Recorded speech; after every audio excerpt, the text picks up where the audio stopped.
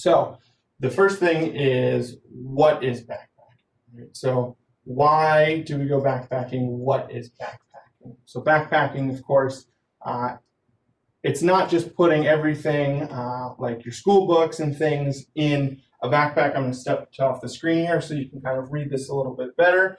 So backpacking, of course, combines hiking and camping in one, right? So you may fancy yourself a camper, or you might be fancying yourself as a hiker. So why not put both of those together and make a one awesome outdoor enthusiast? So backpacking is kind of defined as putting everything you need on your person and carrying that for one or more nights in the backcountry. That's food, that's sleeping, that's water, that's, clothing, it's everything that you might need.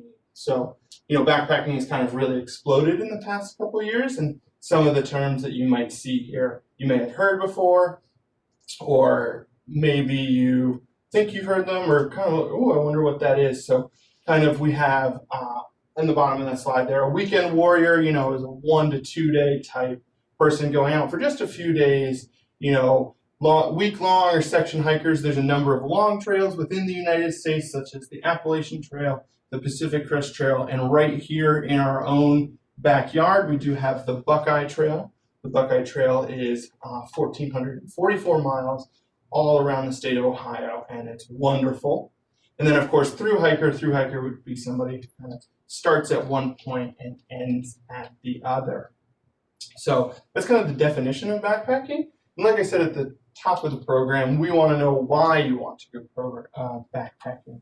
So on this next slide here, we have a wonderful photo that Dan, the other recreation specialist, took. That little blue dot right there is his tent, and that mountain in the background is the Grand Teton. So Dan didn't have to pay $1,000 for this hotel room. All he had to do was put in a little sweat equity to get a wonderful breakfast, dinner, lunch spot. Maybe he stayed there for a number of nights. I'm not really sure. I'll have to ask him. But it's a wonderful view that you would pay quite a considerable amount of money for.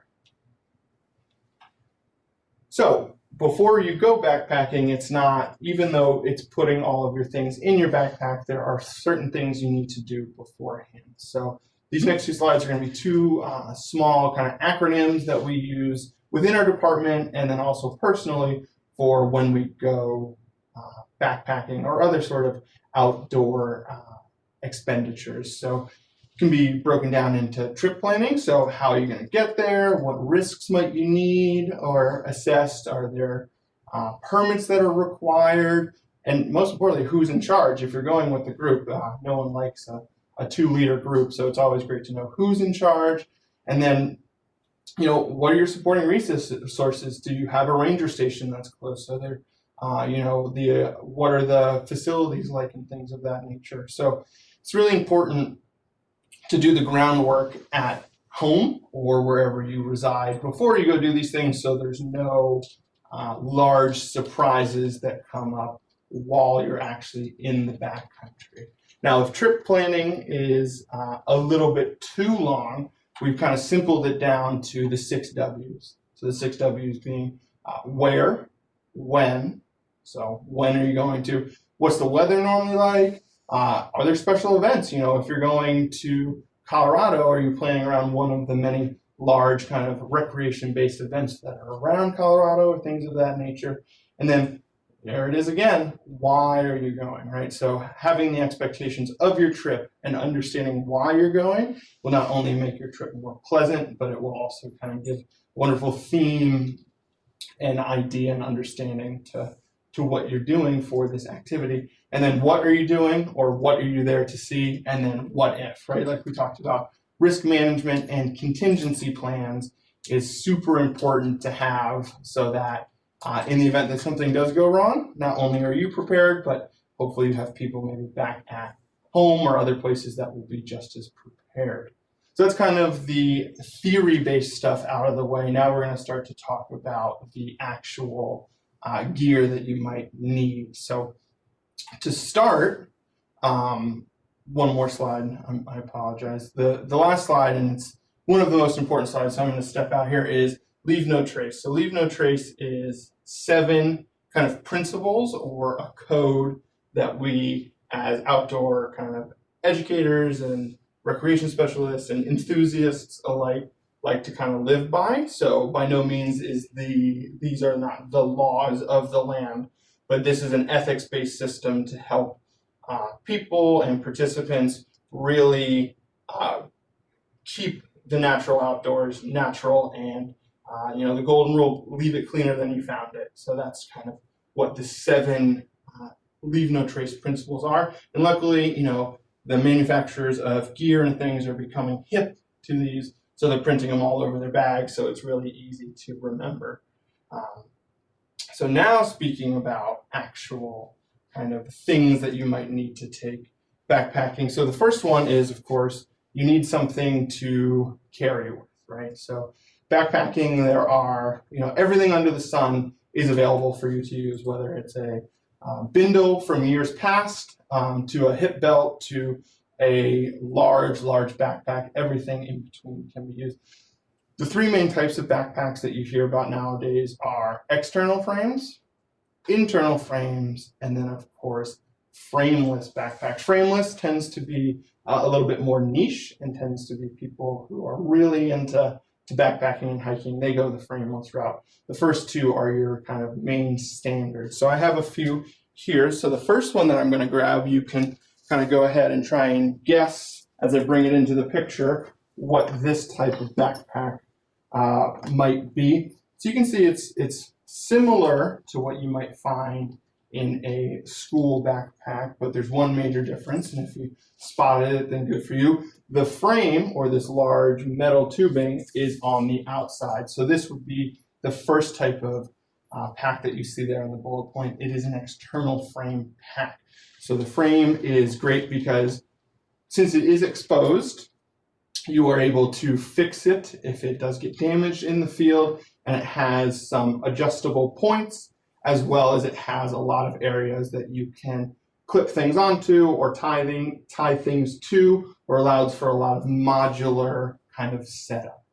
So within backpacks, and what makes hiking backpacks are kind of those key terms that you see on the bottom. So the first one I want to talk about is a hip belt. So as I raise this backpack up here, what you'll notice is here's where our backpacks start to really deviate from our kind of everyday backpacks, right? It has this large, wonderful padded hip belt. And you might be thinking to yourself, where does that hip belt sit? Well, of course, it sits on your hips. And you might be saying, well, how do I know where that is? So if you want to follow along at home, you can do this either now or later. If you kind of put your hands on your hips, of course, but you might feel a bone there. No matter who you are, you'll always have a bone there. If you follow that bone, it's kind of like a semicircle. And if you put your thumb right at the top of your semicircle, that's called your iliac crest. Now, your iliac crest is really important for your hiking backpack because that's where you want the middle of this hip belt. So if you look at this hip belt here, where the line is, that's where you want your hip belt to sit. It allows for, better weight distribution so that your shoulders aren't tired by the end of the day, and you can really use that weight on your hips, which are more accustomed to carrying it. Other things that you might find on a hiking backpack: designated water bottle pockets and other lashing places. This is an external frame pack. It is seeing a resurgence in popularity, but definitely is part of the older style of backpacking. Doesn't mean it's not good. It just means that it's from an older time period. The next backpack that I'm going to grab, you can probably guess, if you're following along with our term sheet, is our internal frame. So I'm going to do a bit of explaining about this one. I would love to, if you could, kind of tell me where you think the frame is. Of course, it's internal, but does that mean it's in the big pocket? Does it mean it's right on the back here? You can kind of go ahead and make a nice educated guess. But like our external frame pack, it also has a wonderful padded hip belt, as well as some other things. So external frame packs and other packs have these as well. The next kind of term on our list there is our shoulder straps. So you can notice our shoulder straps. Our shoulder straps are just like they would be on a normal backpack. They may have a bit more padding. They might be a bit more adjustable, a little bit more robust because of the weight that you're carrying, of course. And then the third term down there might be one that you have or have not seen before. It's called your load lifter. So your load lifter is this strap right here.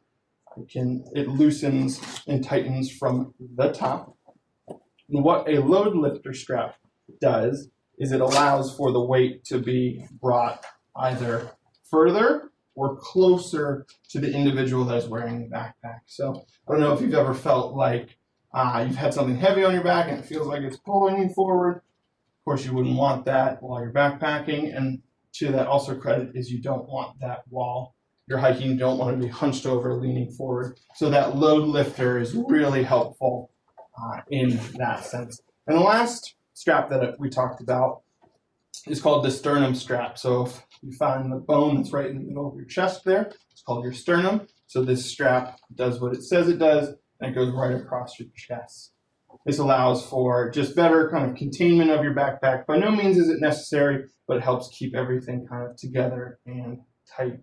Other things that are really important to know about your backpack is not all backpacks are made the same, and they're not all made the same size. So it's really important to understand the size of the backpack you need. Because a too large backpack means you won't have a good time, and a too small backpack means that you definitely won't have a good time. So before you go out and buy one right off the shelf, it's really important to know the size of the bag that you need. One other feature that's kind of seen in a lot of internal frames and not so much external frames is this top pocket.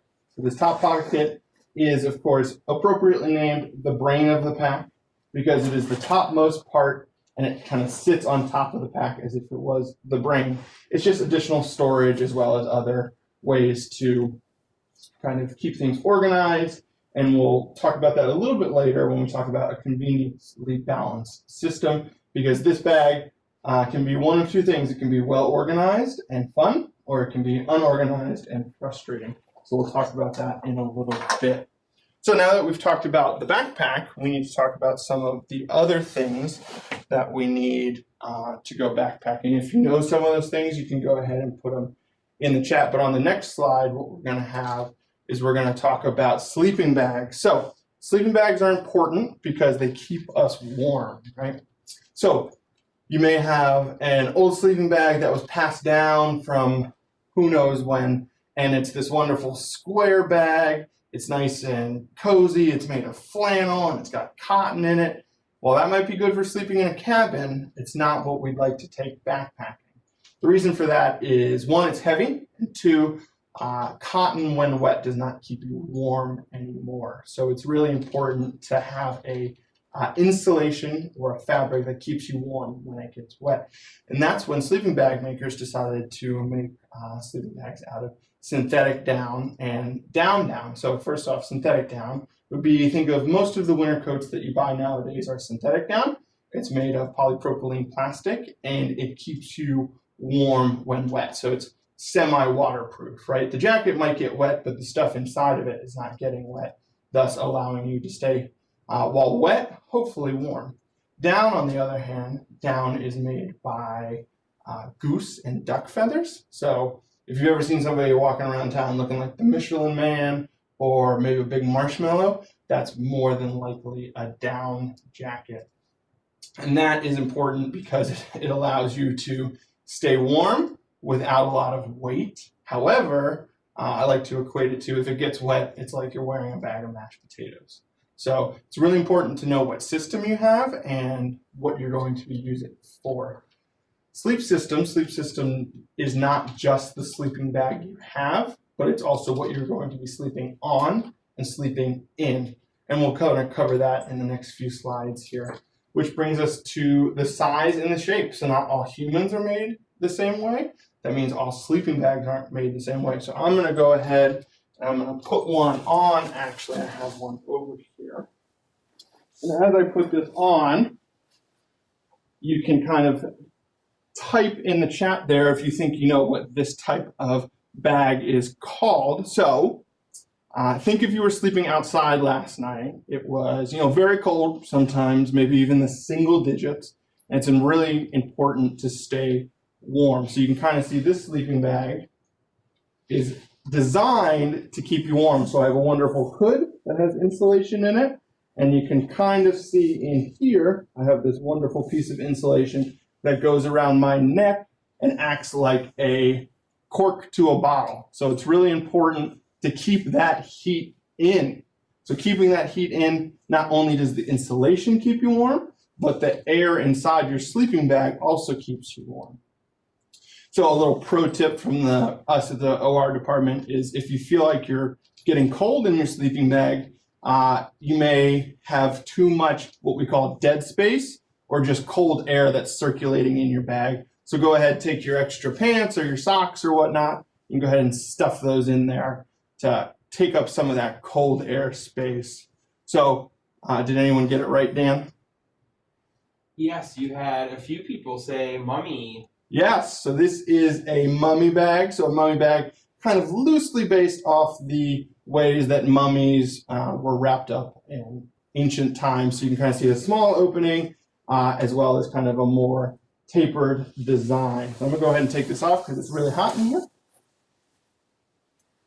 And the last thing when it comes to sleeping bag and sleep systems is we like to say buy a sleeping bag that is 20 degrees colder than anything you believe that you are going to sleep in. Now that's just a rule of thumb, it's not a law or anything, but that's a way to make sure that you're going to stay as warm as possible regardless of the temperature. So if it was, going to be 35 degrees, something in the range of like a 15 to 20 degree sleeping bag is kind of a necessity. Anything colder or anything warmer than that, you're probably just going to end up sleeping a little bit cold. So we've talked about things we're going to sleep on. On the next slide, we're going to talk about things that we sleep on. So a sleeping pad is not meant to be a 5-star plush memory foam mattress, right? The idea of a sleeping pad is to insulate you from the ground. When you're sleeping, the ground is actually the largest heat suck. So it takes all that warm air and warmness from your body and transfers it into the ground, which is no bueno because you sleep colder. So I have a few different types here. The first one is kind of the simplest but most effective in my opinion. It's our closed cell foam pad. So you can kind of see it here. It looks just like a square of foam. Think of a nice thicker yoga mat that's a little bit more pliable. So a closed cell foam pad has the ability to keep you insulated in any condition. It's waterproof and it is also puncture resistant. So basically it can go over sticks and rocks and other roots that some of the other delicate pads might not be able to. So this is a great option to start or used in conjunction with something else. The second one that I have here is actually an air pad. An air pad is exactly what it says it is. It allows you to blow air into it to kind of provide that loft and comfortableness. Now these aren't your mattresses you'd have in your house. They're only about 3 to 4 inches thick, but they tend to be a little bit more comfortable, a little bit more noisy, and of course the worst part is they are prone to leaking and possibly being punctured. And then you end up just sleeping on the ground anyway. So this red one that I have is what we call a hybrid pad. Now a hybrid pad kind of marries the both of best worlds. It has a tiny bit of foam, so it has that puncture resistance. It has the ability to, if it is punctured, to sleep on top of something. But it also has the luxuriousness and the comfortness of the air pad. So kind of understanding that there are 3 kind of main types. And just like sleeping bags, there are different shapes and sizes and temperature ratings when it comes to sleeping pads as well. So a sleeping bag, a sleeping pad make up 2 of the 3 parts of your sleep system. And the next slide, if you could probably guess, is going to be what makes up the last part, which is your shelter. So as I pull it up from my magic stand here, I'll pose the question, how many people do you think this shelter sleeps? So you can kind of see the whole weight. I'll tell you, it weighs about 2.5 pounds. That helps you in any way. So you can go ahead and kind of guess what that is. So that, of course, is a freestanding tent. It's made up of poles. It's made up of a rain fly. It's made up of a tent body. It's kind of made up of everything that you might need to camp anywhere, right? You don't have to have any existing infrastructure. The second one down is a tarp. So we've all seen those tarps, from Home Depot or other improvement stores, the blue ones that you see. kind of kicking around. Well, backpacking tarp is a bit different. It is this big. This is a 10-foot by 9-foot tarp, so a 10 by 9. And what this is it's made of a lighter material that's a little bit more waterproof and is specifically cut and designed to be used for backpacking. Now, hammocks have become super popular over the past couple of months. Not months, years. So if sleeping in the sky is something that interests you, you can go pick yourself up a hammock. However, a hammock, you do also need to carry something like a tarp or some other sort of shelter to shelter you from above. And as we talked about, heat loss is the thing that we wish to not have while we sleep. So if you are sleeping in a hammock, think of it like a bridge, you know, that sign that says, bridge may ice before road. Same thing with a hammock. You might become a lot colder in a hammock than you would be sleeping on the ground. So having something a little bit overkill to insulate you from that heat loss underneath and above is super important. Bivy sacks are one-person shelters, and they are meant to fit you and you only. They might have a small hoop over your head. They're normally made of waterproof material, and they're very small and easy to carry. And of course, lastly is on-site shelters. So some of the long trails, as well as other backpacking trails, have the ability for you to sleep in other places. However, it's really important and also pretty smart to carry a shelter with you at all times, just in case anything goes awry or the shelter is full when you get there. Because there's nothing worse than asking somebody to scoot over when there's no more room kind of available. So coming back to our red tent here, did we thumbs up Dan or down? Did anybody kind of guess that? Oh, Dan's giving me a thumbs up. So some of you probably guessed it correct. It's a one-person tent. So this is meant to fit one person and not much else. And you might be asking yourself, Zach, how do they determine how big a tent person rating is, right? You know, I'm a pretty large individual and other things, but it actually goes by the size of a sleeping pad. So almost all tents have a little diagram, and they'll show you that, hey, this fits 3 standard size sleeping pads next to each other. So that being said, when you're buying a shelter or a tent, if you really like the people, you could get away with possibly a smaller shelter. But if it's, you know, you like your space or you like to spread out, maybe buying that 1P person more shelter. While it does go up in weight, the space might be the luxury that you need. So that kind of rounds out our sleep system, which would be our sleeping bag, our sleeping pad, and our shelter. The next slide kind of goes into the idea of you need to stay hydrated out there. So I'm going to step off so you can get a better look of this. So across the top, what you'll see is a few common ways to purify water. And on the left-hand side of that document, you'll see the things that you are kind of wanting to get out of your water, whether it's particulates, whether it's viruses, bacteria, whatever it is, the things that we want to remove to keep ourselves safe. So the 3 main types that you'll hear about are chemical, physical filtering, heating of the water or boiling the water, and then kind of a newer one that people tend to use is UV sterilization. So when it comes to filtering, I have one in my hand. You can kind of see, so I'm going to walk a little close to the camera because this is a little bit smaller than you might think. This is a water filter. This water filter will give you up to 100,000 gallons of clean drinking water. And the best thing about this filter is the threads on the bottom fit onto any style of drinking bottle that you might have, whether it be a soda pop bottle or soda bottle, because I'm from the East Coast, or a water bottle, such as a Smart Water bottle or Life Water bottle, or even up to your 2-liter soda bottles. This will fit on top of that, and then all you need to do is stick it in your mouth and drink the clean water that comes right out of it. Might sound pretty interesting and, you know, like no way, no how, but I promise you it works. It's what I use in the backcountry, and tons of other people are using it. A really good rule of thumb when it comes to water purification is always to have 2 systems. So I like to say 2 is 1 and 1 is none. So if you're relying on a filter for your most of your drinking water, having a chemical means or a heating means or even a UV light means is always great to have, so that you're never caught without the ability to purify water, because water is life. And when it comes to hydration, some things that you might see are, of course, You have your wonderful Camelback, which allows you to kind of go sport mode, and you can drink on the go while you're walking around. But then, of course, a good old Nalgene or any sort of type of water bottle is also great to have.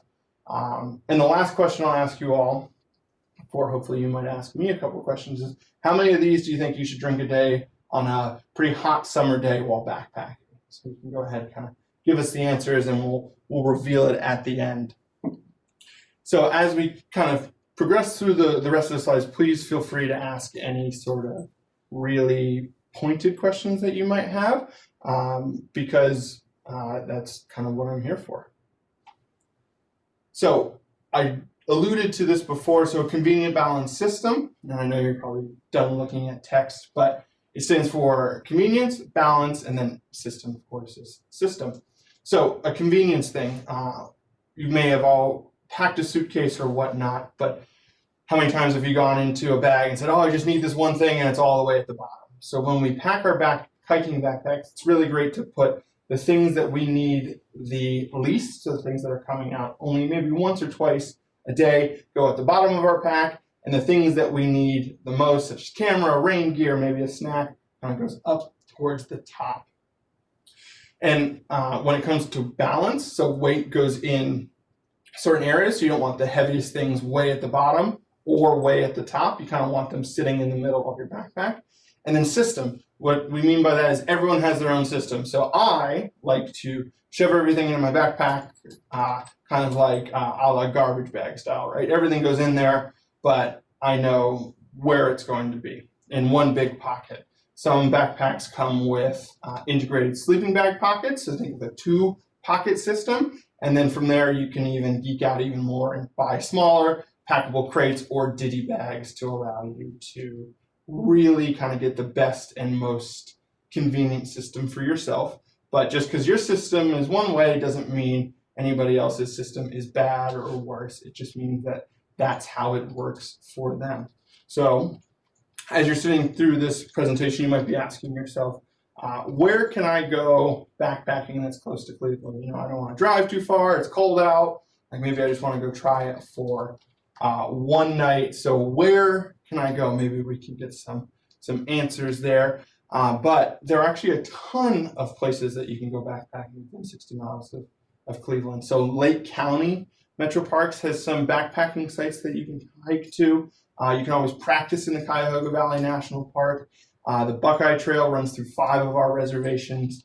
And even just a little bit further is the Chautauqua Lake or Allegheny State Park kind of recreation areas where they have hiking and backpacking trails as well. Then the bottommost slot or term there says Ottawa Overlook Backcountry Site. You might be saying to yourself, I didn't know the Metro Parks has backpacking sites. Well, we do. We have 3 backpacking sites that are located at Ottawa Overlook Picnic Area. They're open Memorial Day through Labor Day via phone reservation, and that can all be found online. They're not open right now because it's the middle of winter. So cross your fingers, we're trying. The open from Memorial Day to Labor Day. You can reserve 2 weeks in advance, and each site can accommodate 2 tents. So think of 4 individuals being able to stay at each site. The map, I'm going to step off here so you can see the map there on the side of the presentation. You can see there's potable water, as well as a pit toilet, as well as a designated food storage and kitchen area. And those will be a great resource to come out and check out when it gets a little bit warmer and you're able to come and reserve them. So I think we have a question. Yes, Dan? Yeah, Zach, so Rachel asked a question that I think everyone would appreciate, and it says, let me see. Can you just camp wherever on those trails, or do you need to pay a fee? So I'll go back to this slide. So some of them, and this goes back into our trip planning area. So most backpacking trails, unless it's an emergency, they ask that you stay at designated campsites. So as it goes through the L&T principles, kind of impacting areas that have already been impacted, it's really important to stay at kind of designated backcountry campgrounds. But that is being said that if in the case of an emergency, most places you can sleep wherever, but it's really important to do those due diligence beforehand, and stay at those designated sites. I know Lake County has a fee associated with it. North Country Trail, in some parts, it depends on the land manager. The Buckeye Trail, I know, is designated campsites only. You can't just kind of stealth camp wherever because it's mostly very close to private land. And luckily, the Ottawa Overlook backcountry sites are free, but you do need to get a permit, is the best way to say that. And there's no camping in the Cuyahoga Valley National Park anymore. So.